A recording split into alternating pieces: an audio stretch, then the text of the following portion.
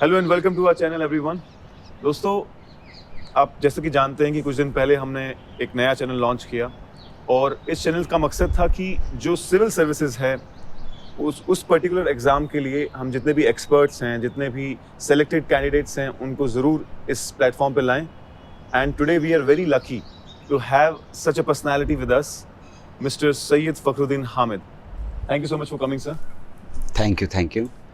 Thank you, Randir bhai. Thank you, Shoaib bhai. It's always a pleasure to connect with aspirants through such platforms. जैसा आप बोल रहे थे, आपने नई एक ऐप लॉन्च की है शिक्षक, इफ़ आई एम राइट। जी सर, बिल्कुल। जिसके थ्रू जो आपका, मुझे लगता है ये एक अच्छा फॉर्मेट है कि आप जिन्होंने क्वालिफाई किया इस एग्ज़ाम को, उनके क्या चैलेंजेस रहे, उन्होंने उन चैलेंजेस को कैसे कोप अप किया, कैसे वो आगे बढ़े, और वो एक्सपीरियंस या जो भी टेक्निकलिटीज़ है, कोई भी एग्ज़ाम हो, उसकी वो एक्सपीरियंस वो शेयर कर ले आपके सब्सक्राइबर्स के साथ, आपके व्यूवर्स के साथ।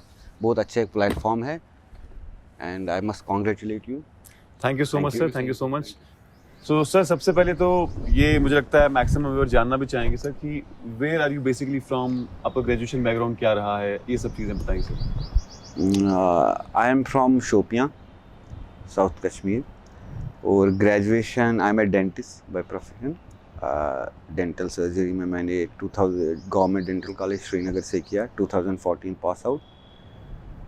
और इंटरेस्ट का यही है, एक जो हमारा लास्ट साल होता है कॉलेज में, उसको इंटर्नशिप कहते हैं, जिसमें हम प्रैक्टिकल डिपार्टमेंट्स में प्रैक्टिकल ट्रेनिंग और उस टाइप का शेड्यूल रहता है।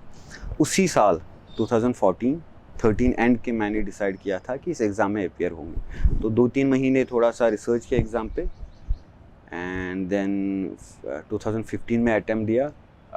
इन द प्री हुआ, मेंस नहीं हो पाया।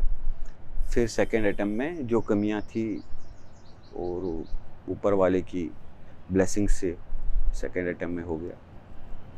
बहुत बढ़िया सर। 2017 बैच।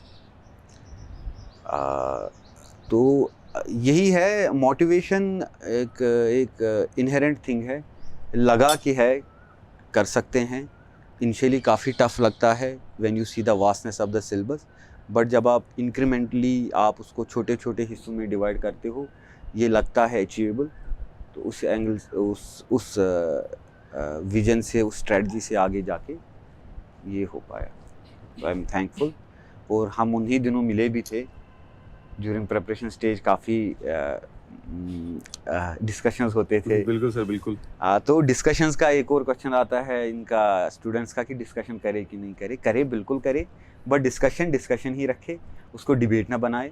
आपने अगर टॉपिक डिस्कस करना है आपके फ्रेंड के साथ, आपके साथ जो प्रिपरेशन करते हैं, तो वो डिस्कशन होना चाहिए, डिबेट नहीं। It is not about scoring the points. Debate में आर्ग्यूमेंट देंगे, काउंटर आर्ग्यूमेंट देंगे, इसको सीखने के लिए यूज़ करें। स्टडी ग्रुप बनाए कि नहीं बनाए, अगर आपको पॉसिबिलिटी लगती है और आपका जो मिल रहे हैं ऐसे दोस्त, तो ठीक है, अच्छा रहता है। लेकिन जस्ट बिकॉज स्टडी ग्रुप बनाना है उसके लिए ना बनाए, डिस्कशन ग्रुप बना ले अगर आपके पास है, ऐसा अपॉर्चुनिटी है। But same, never debate, only discuss, learn. Emotionally चीज़ों को ना देखे, रैशनली देखे। कुछ टॉपिक्स जो मैंने बहुत देखा है, कभी कभी स्टूडेंट्स में, अच्छे स्टूडेंट्स हो के किसी टॉपिक्स में उनका इंटरेस्ट होता है, उस चीज़ में ज़्यादा जाते हैं, किसी चीज़ में कुछ पोर्शन फिर छूट जाता है। पूरे सिलेबस को कवर करे, ऐसा ना रखे ये इम्पॉर्टेंट है, ये इम्पॉर्टेंट नहीं है। सिविल सर्विसेज एग्ज़ाम जो है, PSC हो, UPSC हो, उनका ये एक फंडा है कि सब कुछ इम्पॉर्टेंट है।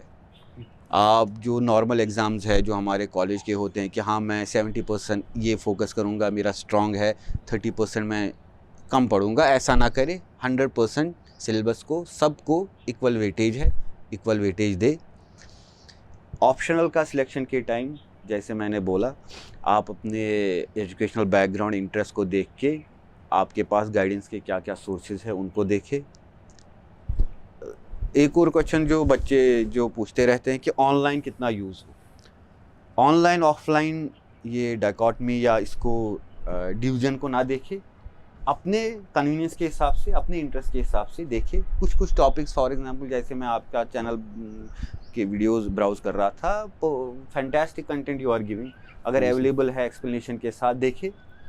कुछ कुछ कभी कभी आपको टॉपिक समझ नहीं आएगा ऑफलाइन, ऑनलाइन में उस टॉपिक के रिलेटेड वीडियो देख ले। कोई करंट अफेयर्स के बारे में कोई अच्छी डिबेट है कहीं पे, वो देखे। हमारे जितने भी डिग्निटरीज होते हैं, ऑनरेबल प्रेसिडेंट, ऑनरेबल पीएम, जो भी बड़े बड़े हमारे जितने भी डिग्निटरीज होते हैं, उनकी पब्लिक स्पीचेस देखे। जैसे ऐसे का मेरा एक ये था कि मैं ऑनरेबल पीएम की स्पीचेस सुनता था प्रिपरेशन के टाइम, तो एक कैसे फ्लो बनता है वो आप यूज़ करें। तो स्पीचेस देख के, जैसे और किसी टॉपिक पे हमेशा होता है, डिग्निटरीज हमारी जितने भी है कभी विजिट करते रहते हैं कहीं पे, और हमेशा 2-3 दिन पहले आता है कि वो इस प्रोग्राम के लिए जाएंगे, या ये डिग्निटरी इस प्रोग्राम में प्रेजाइड करेंगे। फिर आपको आइडिया आता है कि हाँ, इसमें ये टॉपिक बन सकता है। फिर वो वहाँ पे जाके स्पीच देता है, उस स्पीच का प्रिंट आउट निकाले।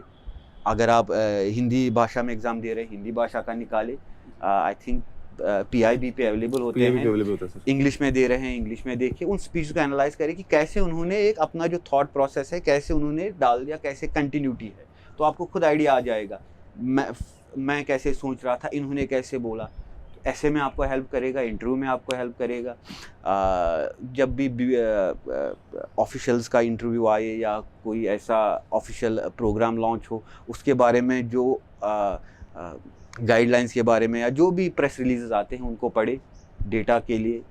तो ये चीज़ें ध्यान में रखते हुए इसको एक होलिस्टिक तरीके से एंजॉय करें, उस प्रोसेस को एंजॉय करें, अपनी कैपेबिलिटीज़ को डाउट ना करें, प्रोसेस को एंजॉय करें और हार्ड वर्क पे फोकस करें, रिजल्ट पे नहीं। ये 3 चीज़ें हैं। सर जो हैं इनने बहुत गाइड किया, हमें मेंटर किया है, एंड मेरी खुद की प्रिपरेशन में भी और हमारे साथ जितने भी लोग थे, हमने बहुत कुछ लर्न किया इनके साथ। और मुझे पूरी उम्मीद है कि सर आप हमारे प्लेटफॉर्म पे भी कुछ वक्त ज़रूर देंगे, क्योंकि जैसे कि आप जानते हैं कि आने वाले टाइम में अब 2 एग्ज़ाम्स जो हैं मेनली, एक तो KAS और IAS, दोनों का एग्ज़ाम का सिलेबस सेम हो चुका है, and students are preparing for both these exam now. पहले ऑप्शनल अलग था JKS में और सिविल सर्विस में अलग था। मुझे लगता है कि अब और भी ज़्यादा लोग दिखेंगे हमें सिविल सर्विस में। जी, मुझे भी वही लग रहा है, क्योंकि जब फॉर्मेट एग्ज़ाम्स का सेम हो तो एक एग्ज़ाम के लिए प्रिपरेशन होके दूसरे के लिए भी हो सकती है। मे बी क्वेश्चनिंग में या content may be quality of questions या इन डेप्थ एनालिसिस में थोड़ा सा फ़र्क हो, बट अगर फॉर्मेट सेम होने से I think is a good opportunity. जैसे पहले होता था 2 ऑप्शंस होते थे, UPSC ने एक ही रख लिया था तो वो रहता था, लेकिन अब सिलेबस, सारा फॉर्मेट, सारा सब पैटर्न सेम हो गया है, तो इट्स ऑलवेज गुड।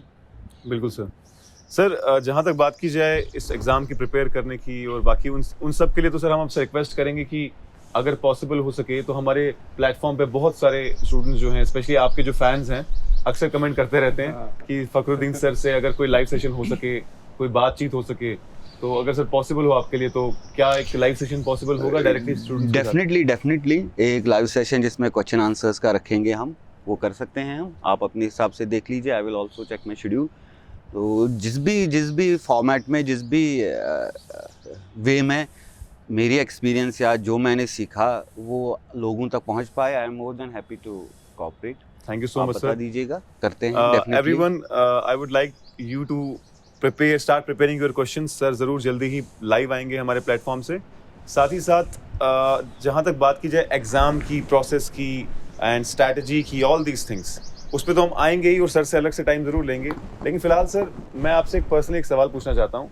खैर अब तो इस फील्ड में बहुत टाइम हो गया तो थोड़ा बहुत आइडिया है, लेकिन जो लोग नए प्रिपेयर कर रहे होते हैं, नॉर्मली IAS या KAS सोच के कि भाई बाबू बनना है और लाल बत्ती चाहिए, उसके लिए जाते हैं। लेकिन sir what does it feel, मतलब what does it actually mean to be an IAS officer? On ground क्या रिस्पॉन्सिबिलिटी रहती है? On ground what are your job profile? आप exactly day to day business में क्या करते हैं? देखिए, अगर हम देखें एक बाबू अब टर्म जो है, तो उसको एक साइड में रख के, जो सिविल सर्विसेज एक प्रोफेशनल सर्विसेज है जिसमें आप किसी भी पद पे रहे, किसी भी पोस्ट पे रहे, एक सेट रूल्स एंड रिस्पॉन्सिबिलिटीज़ होती है। आपके सबऑर्डिनेट क्या रहेंगे, आपकी रिपोर्टिंग अथॉरिटी क्या रहेंगे, आपकी duties, day to day duties क्या रहेंगी, जिसमें अगर हम मोटा मोटा तरीके से देखें तो जो पॉलिसीज़ होती है specific to your department, your post, वो आप इम्प्लीमेंट करते हैं। उसके लिए जैसे अगर सबसे पहली पोस्टिंग जो एसडीएमशिप की होती है तो पूरे उस ज़िले सब डिवीज़न का एक हेड टाइप होता है जो आपका डेस्क जॉब रहता है। तो उसमें डिफरेंट पैटर्न्स अब चैलेंज आते हैं, डिफरेंट चैलेंजेस आते हैं। उसमें डिफरेंट जॉब प्रोफाइल होता है, मीटिंग्स करना, मीटिंग्स के साथ जो डिसीजन दिए उनका फॉलोअप लेना। दूसरा एक है ग्रीवेंस रिड्रेसल। अगर आपके पास आपका जो भी आप सर्विस दे रहे हो, जिस भी आप जॉब प्रोफाइल पे, जिस भी आप पोस्ट पे हो, उसकी कौन सी सर्विसेज जो देते हैं, क्या वो सही ढंग से पहुंच रही है लोगों तक, क्या उसका इम्प्लीमेशन सही है। तो ये मोटा मोटा तरीके से ये रहता है। ओके एंड दर्शकों को बता दूं कि सर पहले जो है इनकी पोस्टिंग आसाम कैडर में हुई थी and then he recently came back to home cadre. तो सर थोड़ा एक्सपीरियंस जानना चाहेंगे, how was your experience going to the north east state which is in particular not so much developed, and अभी government की बड़ी specific schemes भी आ रही हैं, पीएम डिमाइन वगैरह। So what was your experience there?